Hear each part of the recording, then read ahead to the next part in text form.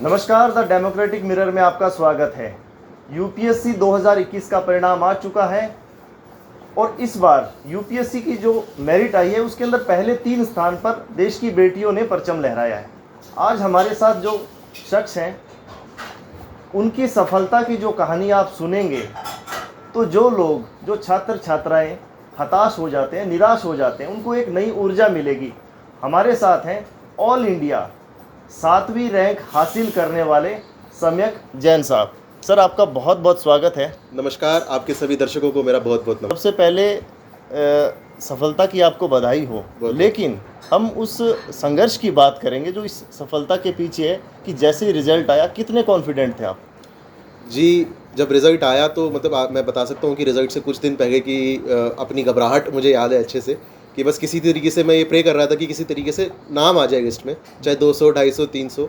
मैं आपको ये कह सकता हूँ कि इतना अच्छा रैंक आ जाएगा ये तो मैंने कभी सपने में भी नहीं सोचा था। मुझे लगता था कि अगर बहुत अच्छा दिन हुआ तो शायद 100 से नीचे रैंक आ जाएगा, डबल डिजिट में कहीं, लेकिन 10 से नीचे 7th रैंक आ जाएगा ये मैं कभी नहीं सोच सकता था। यूपीएससी के बारे में जो एक धारणा है, जी, क्या वाकई में टफ है?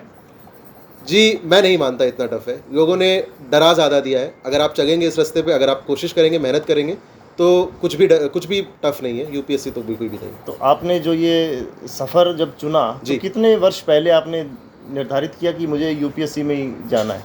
जी, अगर मैं आपको शुरू से बताऊं तो मैं जब अपने जर्नलिज्म के दिनों में था, तब मेरे को ग्राउंड ज़ीरो पे जाने का मौका मिला। मुझे इस देश के लोगों से, उनकी समस्याओं से रूबरू होने का एक बहुत अच्छा मौका मिला। वहाँ मैंने समझा और मेरे को ये लगा कि मुझे कुछ करना चाहिए इनकी हालात को बदलने के लिए, बेटर करने के लिए।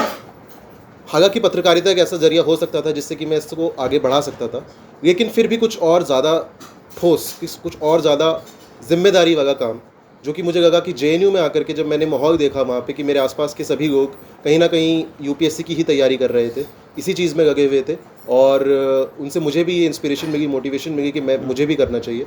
एंड ये बात तो है कि आईएएस जो है, जो यूपीएससी सिविल सर्विसेज है, ये it provides me with a direct agency to bring about a change, a quantifiable change in the lives of the people. तो कहीं ना कहीं वो मेरे बैक ऑफ द माइंड में था और मैंने जेएनयू से ही फिर तैयारी शुरू करी, जेएनयू के समय में ही तैयारी शुरू करी। आपकी पृष्ठभूमि की बात करें तो हम जानना चाहेंगे कि आपकी जन्म कहाँ हुआ और आपकी जो प्रारंभिक शिक्षा है वो कहाँ पे हुई?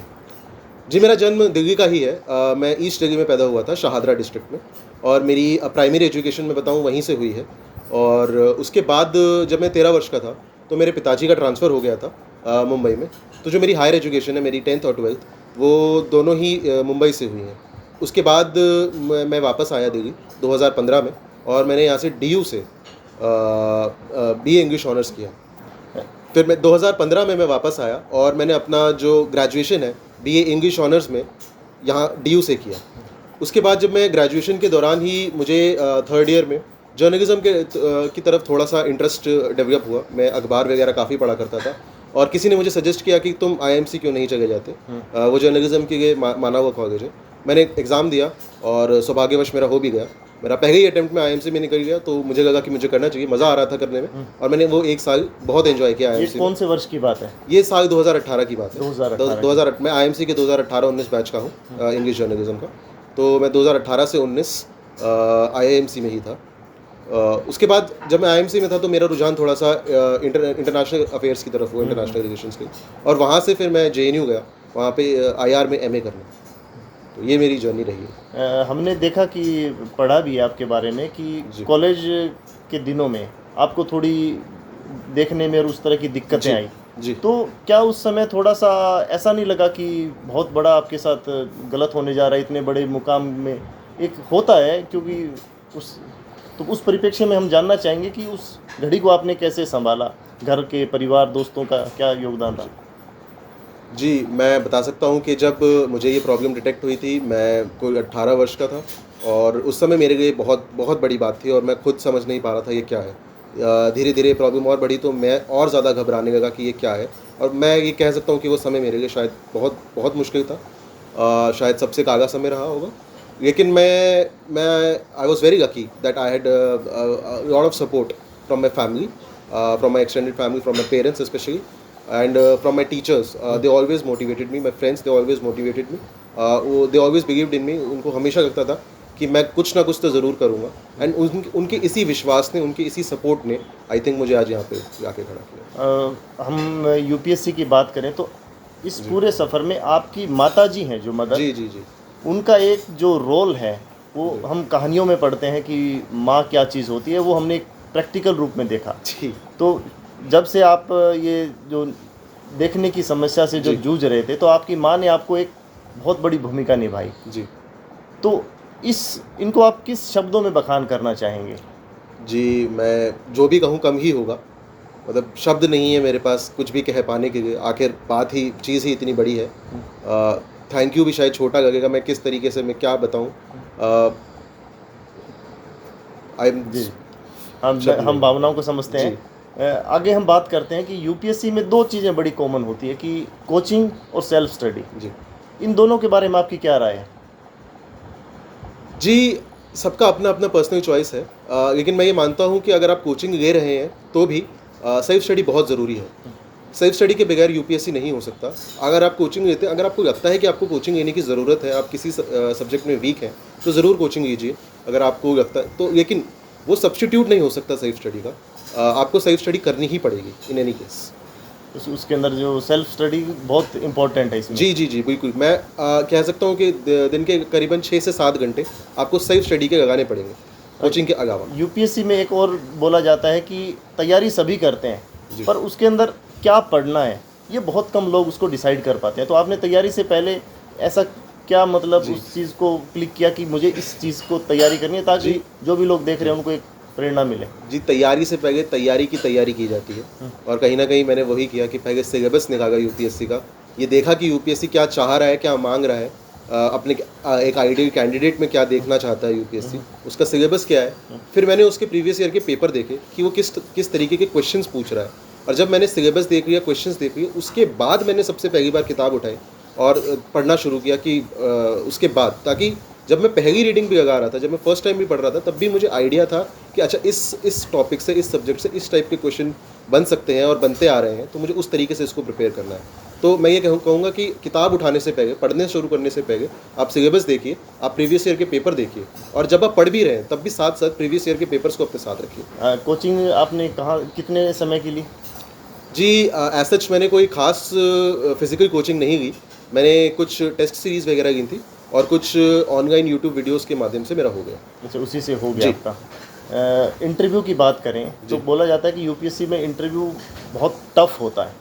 तो जैसे ही आप उस रूम में गए इंटरव्यू वाले में, तो आपको कैसा अनुभव हुआ उस पैनल को देखकर? जी, मैं कह सकता हूँ कि उस समय आदमी को खुद पे विश्वास रखना चाहिए, और मैं कहीं ना कहीं एक स्माइलिंग फेस लेकर के गया। स्टार्टिंग में जो कुछ पहले के 5 मिनट हैं, शायद वो उस प्रकार के नहीं रहे होंगे जिस प्रकार के होने चाहिए, या फिर आप एक आइडियल सिनेरियो दिमाग में लेके चलते हैं कि okay this is how my interview would start, but maybe my beginning was not perfect, but I did not get that hamper my later on performance during the interview. I kept a bold face, I kept smiling, and मेरे को पता था कि questions जो आ रहे हैं वो कहीं ना कहीं मेरे डैफ से रिलेटेड ही आ रहे हैं, मेरे ऑन द लाइन ही आ रहे हैं जिस लाइन पे मैं एक्सपेक्ट कर रहा हूँ। तो मैंने अपने आप को संभाल लिया with in the first few minutes, and उसके बाद मेरा इंटरव्यू काफ़ी कॉर्डियल, बहुत अच्छा गया। कितना समय रहा इंटरव्यू का? लगभग 30 मिनट के अराउंड चला। ऐसा कोई सवाल जो थोड़ा सा क्लिक करने वाला हो याद? जी, सवाल तो कही थे, क्योंकि मैं जर्नलिज्म के बैकग्राउंड से हूँ, तो मीडिया स्टडीज़ से रिलेटेड सवाल था कि आज देश की मीडिया के ऊपर सवाल था। क्योंकि मेरा बैकग्राउंड इंटरनेशनल अफेयर्स में भी है, तो अपने भारत और उसके पड़ोसी देशों पे भी कई क्वेश्चन पूछे गए। भारत के आंतरिक समस्याओं के बारे में क्वेश्चन पूछे गए कि इंटरनल सिक्योरिटी चैलेंजेस क्या क्या है। और बस, और उनका फोकस इस तरफ रहता है कि आप क्या सोचते हैं, rather than focusing upon the facts of the case, they want to know my opinion upon the various issues that are happening. So that is the key. GK की बात करें तो अगर जनरल रूप से देखें तो टीवी, अखबार, मैगजीन जीके के रूप में होते हैं। जी। तो आपके सोर्स भी यही थे या कुछ अलग था आपका? जी, मैं बताना चाहूँगा कि क्योंकि मैं जर्नलिज्म के बैकग्राउंड से, तो मुझे अखबार पढ़ना बहुत पसंद है। और मैं गूगल न्यूज़ पे काफ़ी सारे अखबारों को सब्सक्राइब कर रखा था, और मैं उन्हीं से काफ़ी सारे पढ़ता था। लेकिन जो मेरा एक बेस अखबार है, जो कि आपका कोर रहता है, वो मेरा द इंडियन एक्सप्रेस था। मुझे लगता है कि इस समय जिस तरीके के सवाल यूपीएससी पूछ रहा है और जिस तरीके की रिपोर्टिंग इंडियन एक्सप्रेस कर रहा है, वो एक दूसरे को काफ़ी ज़्यादा कॉम्प्लीमेंट करते हैं। एंड उस जिस तरीके की स्टोरीज उसमें छपती हैं वो कहीं ना कहीं यूपीएससी एस्पिरेंट्स को हेल्प करेंगी उनके प्रिपरेशन में। अभी वैकल्पिक विषय क्या था?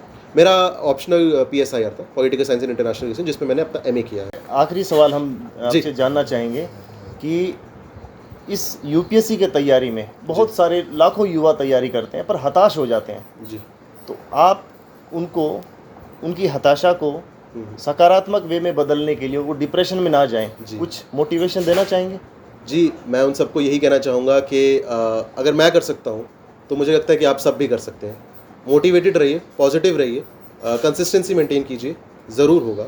और अंत में बस वो दुष्यंत की उन्हीं 2 लाइनों से करना चाहूँगा कि कौन कहता है कि आसमां में सुराख नहीं हो सकता, कौन कहता है कि आसमां में सुराख नहीं हो सकता, एक पत्थर तो तबीयत से उछाल हो जा रहा। समय हमसे बात करने के लिए बहुत बहुत शुक्रिया। तो आपने देखा कि किस तरह तमाम विपरीत परिस्थितियों को कुचलते हुए परिवार का सहयोग, और इसमें सबसे बड़ी भूमिका माँ की। माँ जो शब्द है, आपने देखा सम्यक भावुक हो गए थे उस समय। तो निराश जब ज़िंदगी में हो तो हमारे आसपास काफ़ी प्रेरणादायक कहानियाँ होती है, घटनाएं होती है, उनसे हम प्रेरणा ले सकते हैं। आपको हमारा एपिसोड कैसा लगा कमेंट सेक्शन में ज़रूर बताइएगा। बहुत बहुत धन्यवाद।